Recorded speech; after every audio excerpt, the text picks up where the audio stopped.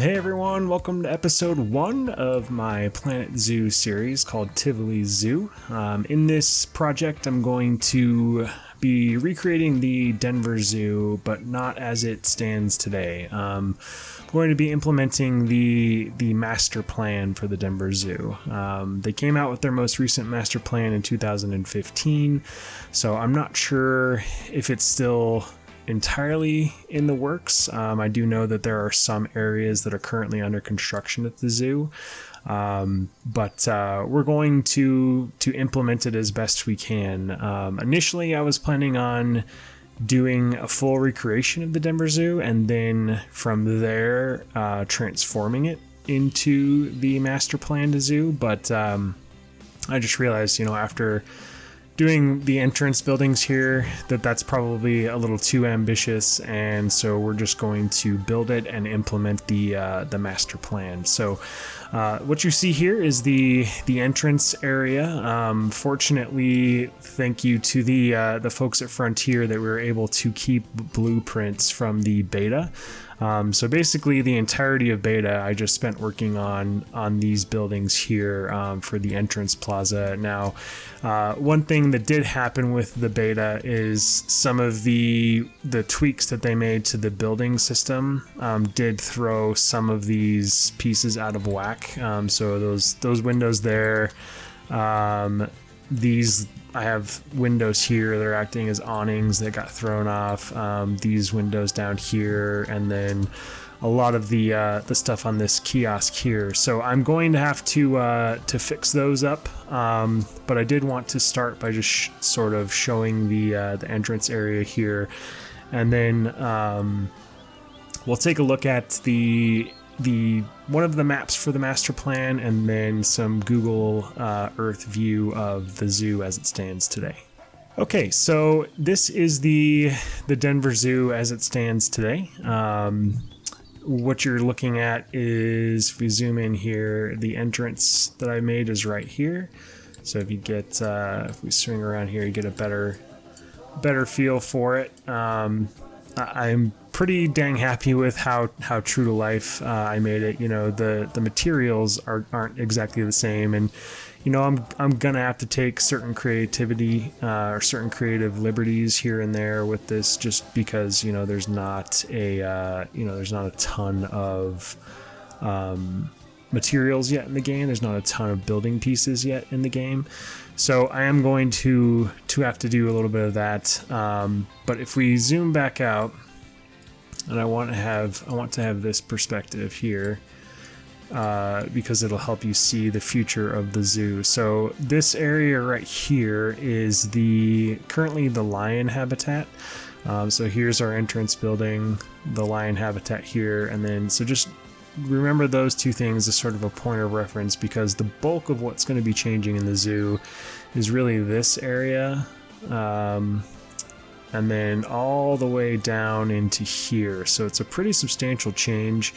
As you can see, most of these pens right here are typical what you see in older zoos. Before they realized that we could have more than one species of animal in one containment, and that they would get along and they would live in cohabitation.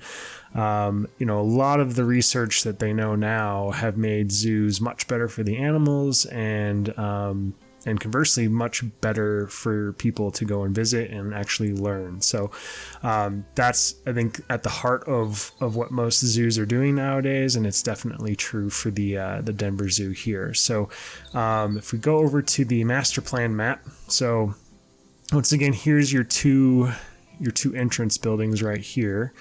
The lion habitat is right here. So as you can see, that's not changing at all, but all of these outlined areas are for sure changing. So this right here also is sort of their Asian elephant exhibit. They've got, I think, a rhinoceros somewhere down in there too, an Asian rhino. Yeah, so all of this is changing. And I'm going to try to tackle this in areas that make the most sense in terms of what's in the game currently. Like, this is a coastal area, so it's like polar bears and sea lions and seals, which I'm hoping they will have in the game. I know that there's a lot of mixed opinions on seals and sea lions in zoos, but as you can see, they are giving them a ton of water to be able to have in their habitat. So I'm hoping we get those in the game, because regardless, I'll recreate these. I'm just hoping that we get those animals so that the exhibits are actually alive. This here is what's called Tropical Discovery, and it's basically their reptile house, but they also have fish. They have a little bit of an area that's got a bunch of saltwater tanks. They also have alligators and Komodo dragons in this building. So I'll definitely be recreating that as well. You can see the parking structure up here, which we'll be working on in this episode. So this right here is the first thing that we're probably going to do, which is an African savanna. And they've got like a restaurant of observation building here. You can see they have a tiny little train. It's really more just for kids. It's not, it doesn't serve a purpose of like touring the zoo.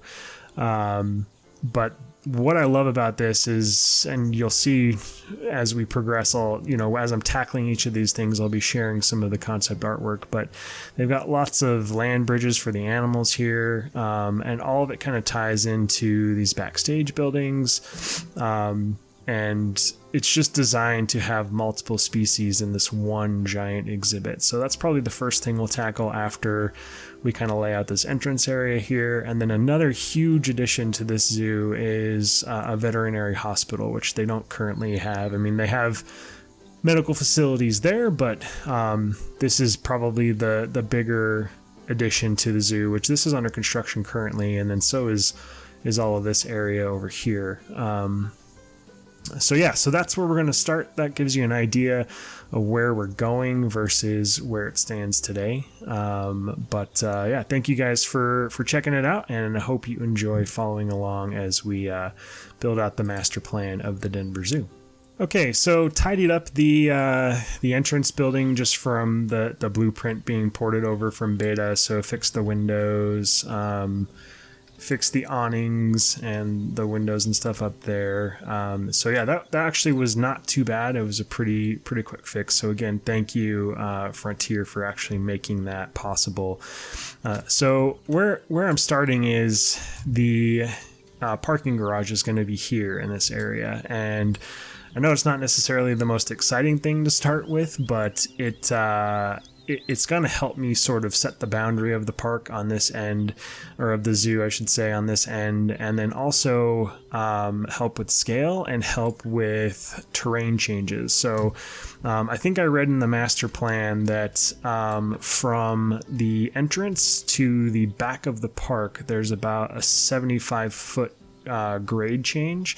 It's very gradual, but there's a pretty substantial terrain change from here to what will be the back of the zoo over here. And it starts, it's really noticeable in the parking garage area where you see the sort of backstage area slopes down, and there's a main road that runs here that slopes into the zoo, and then there's another road that goes out and slopes up.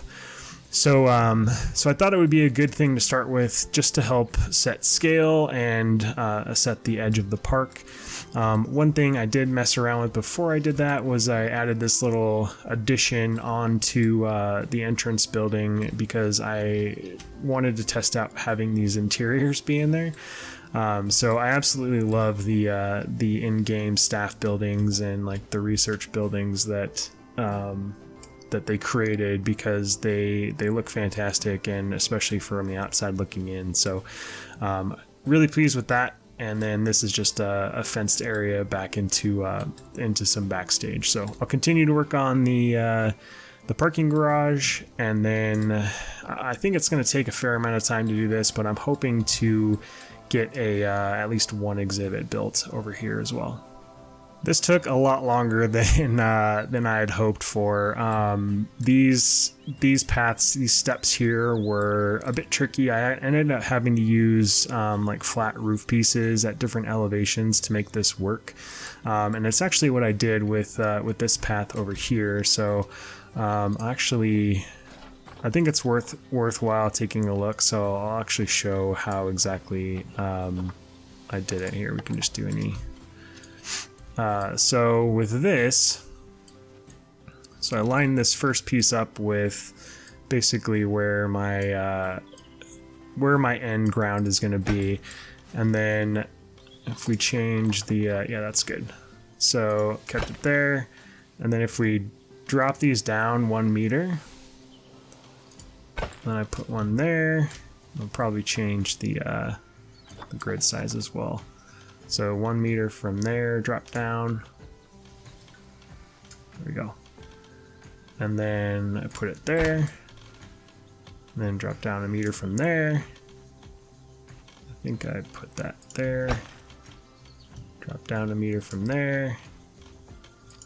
And there. And then all you have to do once you have that basic layout is you take the path, and it's basically this is a 4 meter path, which is the same size as what you're dealing with, and then you raise it up to the piece that you're trying to match. So if we'll drag this over so you can see better, but if oh boy, it's gonna try to latch onto that over there too much. Okay. Oh my gosh. Okay. Oh god. Okay, that's giving me way too much trouble. So I apologize that this is way the heck up here, but if you line up your path pieces,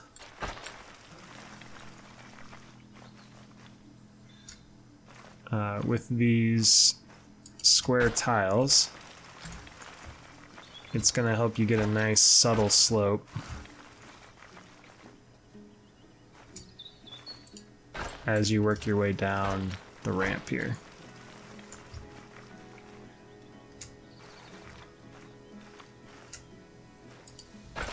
So yeah, so if you might need to make them a little bit longer so that they connect. There's that. There's that.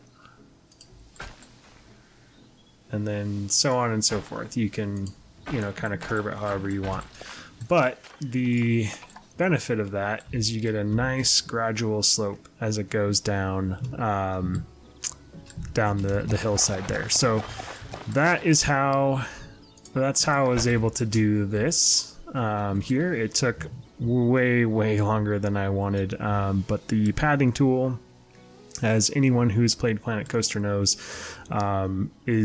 it is difficult to use, but when you find ways to sort of manipulate it, you can make it function. It just takes a fair amount of time.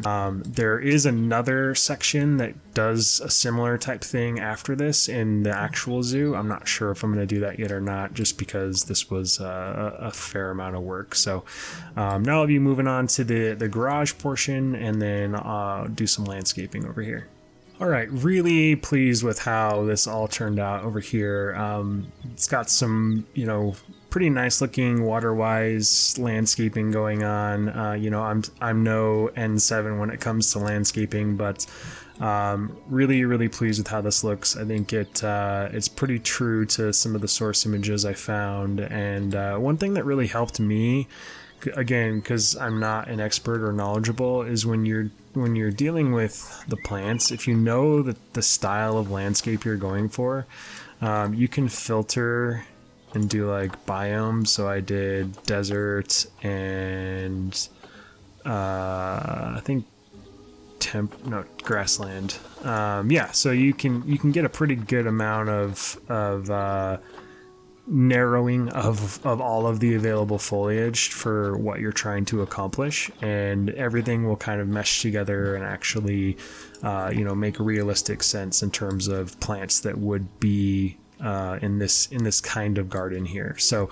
highly recommend doing that, you know, based on whatever source material you have. But really simple parking structure, which is nice because all I had to do was create one little section of it and copy it down.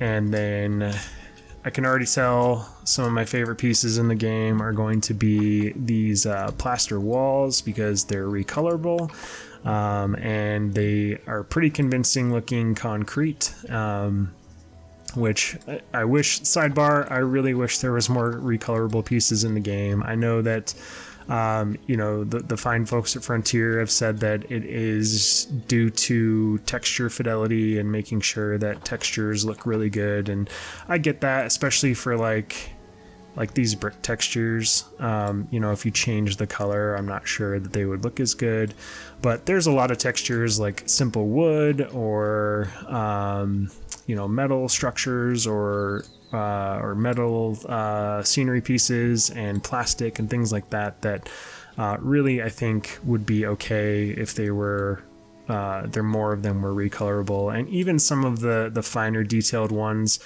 you know, most people are going to be playing this game like this, you know, or even looking at people's parks on YouTube like this. No, very few people are going to be spending time, you know, doing this level of zooming in on individual scenery pieces. So, you know, that's just the creative in me. I'm always going to want more pieces and more flexibility in terms of how to color them and how to use them. But, you know, I do understand their reasoning behind that. But hopefully in future DLCs, we get a little more variety in terms of what we can and can't recolor. But, yeah, gonna continue working on the garage here, and one other thing I was able to do, which was not that fun either, was get these paths in here. As you can see, I've used some of those plaster wall pieces to kind of cover up some of the holes, but I think it looks okay. It just looks like they came in and patched up rough areas of this plaza here. Taking a break from the infrastructure to work on the first habitat. So this, in the Denver Zoo, this is the, I'm trying to remember, oh, it's a meerkat exhibit, which I don't believe we have meerkats in the game yet. I don't think so. But in lieu of that, I'm going to be putting in warthogs. So I wanted something that would probably do okay in a smaller size exhibit, and it, you know, probably would be themed in a similar way to the meerkat exhibit as well. So this is the start of that. Still kind of playing around with the path layout here. Again, talking about the sort of gradual slope change towards the back of the zoo over here. And there's even some, I think, that way, kind of a downward slope. So the first step of that was right here, and I'm sure a lot of you who are on my channel follow Mike Sheets, but he did a brief tutorial in one of his videos in Planet Coaster about using a track ride as a gauge for creating a nice gentle slope. So if you sink these into the ground like that, you can very gradually lower the terrain, and then you go a little bit wider. Let's see. So go a little bit wider with it, and then you can create a nice gradual slope, which you can then smooth out. And you get the idea. That's the general process. It's much more tedious than that. It takes more time than that, clearly. But that's the general idea. So that's what I used. I sunk it into the ground over here, and that's what I used to start creating this nice gentle slope away from the main entrance area. So pretty big leap forward here. The using the Jeeps as scale for my garage just to see how much wider I need to make it, which I think I'm about there. So the way this thing works in real life is it's got two spots this way, one spot that way. There's a ramp that goes down to the it's like 2.5 levels or I guess this section is 2 levels, and then over here is 3 levels. So just using those to kind of scale things out a little bit. And then I decided to go ahead and do this additional path down, just mostly for, again, spacing and scale sake, just to get a feel for, you know, how long the zoo is going to be, and making sure that I'm kind of keeping the scale going as I work. So this one, actually, since I kind of figure out how to do the technique over here, didn't take nearly as long, and the bends in it are kind of, they were a little bit easier to work with. So, yeah, I think it's really cool. I think it's one of the more unique things about the infrastructure of this parking garage, and whoever designed it, I think, was really clever in putting this to use.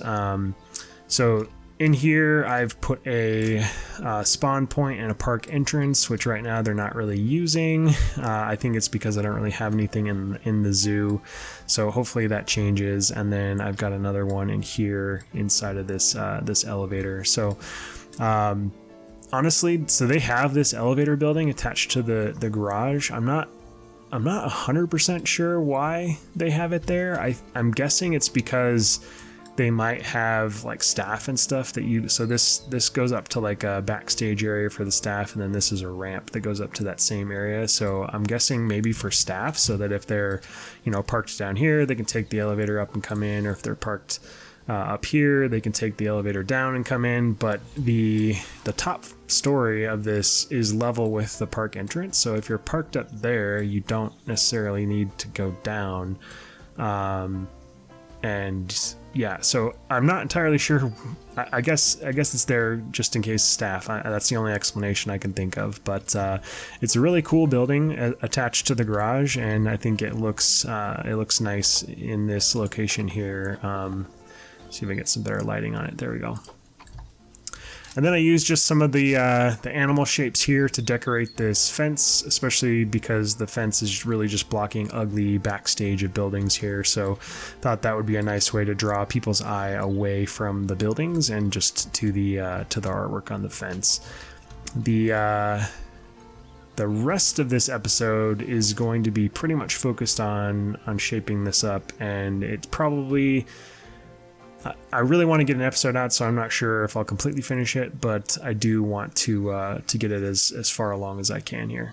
All right, we got animals. We got little warthogs here, taking a poo right on cue. And yeah, really pleased with how this is coming along. It's especially when you look at it from the backstage. So this is something that I'm really going to try to work on, and I'll fix that so that it's not clipping through. But I really want it to look like, you know, it's somewhat authentic from the front, but then you go to the back and, you know, there's this whole backstage world that you as a guest of the zoo are not privy to when you're looking at the animals. So gotta say, I love how these doors actually function, and that the staff will actually walk through here and check on the animals. It's really cool to see kind of an exhibit come alive like this. So I'm gonna work on getting a better sort of layout for this building here, which would, you know, I'm not gonna do like a detailed interior, but I'm guessing it would just house you know, some cages on the inside if the weather were inclement, or if they needed to like check on the animals and things like that, or if maybe there was babies. I'm not entirely sure. Some of you who are more privy to the zoo knowledge might be able to enlighten me, but at the very least, it should provide them with some of the hard shelter, because one of the things in the game is, you can see right now, the hard shelter is really bad, but I also don't want to plop down a big ugly shelter in the middle of the exhibit. And then another thing that I played around with is, one thing that I don't really like about the game is that they want you to put plants in these habitats that are native to where these animals all live. But the problem with that is, like the Denver Zoo, there's tropical plants that I can't grow in a North American climate, or there's North American plants that you can't grow in arid climates and things like that. But the what most zoos do is they just plant plants that look somewhat similar to what's native to the animal's habitat, but at the same time will still grow in their local climate. So one thing that I figured out is that you can actually just, to satisfy those needs, you can actually just take plants that are needed for these habitats and sink them below ground, and they still count as a part of the habitat, and it goes towards satisfying the plant needs in the habitat. And then you can decorate however you want, and still make sure that they're not it's not having a negative impact on the animal's happiness. So we're about 90% done with this habitat here, and don't mind this mess back here. I'm gonna be cleaning all this up. I needed to put all this stuff in to make sure that this would actually function. So I was able to put the staff door right there so the vets and the keepers can access it on the exterior of that building. You go inside. Again, I'm not going to have it very detailed in here, but one of my favorite little details is this exit. So we kind of hide that from view from people who are here to see the animals. And even though you can see it over here, it's still, your eye still is mostly going to be drawn to where the animals are, and that's going to kind of be white noise. Also tried to color the little hose and hide that into the scenery as much as possible so that it just kind of blends in seamlessly. And then worked on the terrain of making sure that these little enrichment things actually were hidden into the ground and didn't have that awkward wooden sort of border around them. But yeah, and then same thing with the water over here. I put some rock over the water spout. But yeah, I'm really thrilled with how it looks out, or how it turned out, especially this building here kind of being hidden by these fake rocks. When you're down here at peep level, you really don't have any idea that there is a full building back there, which is fairly true to the Earth view that I've looked at the Denver Zoo. So I think it looks great as you walk in as well. It's sort of the first exhibit that greets you right as you walk in. You've got a glass looking area into the warthogs down there, over here as well, and then as you walk down you can see into the habitat. So it just really brings you in and then draws you around to the front here. So I think that's just about going to do it for this episode. I really appreciate you guys checking it out. I'm really excited to continue this project. In terms of the channel, if you have been following my channel, I'm going to continue working on Broville Fun Fair. I actually have another episode that's ready to come out. Unfortunately, I had to re-record it, and I didn't want to launch it in the midst of all of the zoo hype here. So that will be coming out in a couple weeks on the channel. Hopefully another episode of this project will be coming out in a week, and we'll keep rolling from there. So in the next episode, I want to continue to work on some of this infrastructure, start to get into some of the backstage over here, really setting up like the power supply and the water supply, and making those things sort of integrate into the backstage. And then in terms of an animal exhibit, I really want to get the lion exhibit up and running, mostly just to test things out and see if my peeps will actually come into the zoo. So you can see right now the furthest that I've been able to get them to walk is to the little info booth that's hidden inside of this ticket window. But other than that, they turn around and walk back, and sometimes they don't even go to there. So that's the farthest I've been able to get them to go. So hopefully, if I've got more things in the actual zoo, they will continue to walk in and make their way around. So if not, I'm gonna have to kind of rework some of this infrastructure and find new spawn points, which would be a shame because I really love that they're walking up this ramp here into the zoo and using the stairs over here. It just makes it feel so alive. So Hopefully it's just, like I said, hopefully it's just a matter of getting more stuff in the zoo. But if not, I'll have to figure out an alternative to get them a little bit closer. So anyway, thank you guys again so much for watching, and I will see you in the next episode.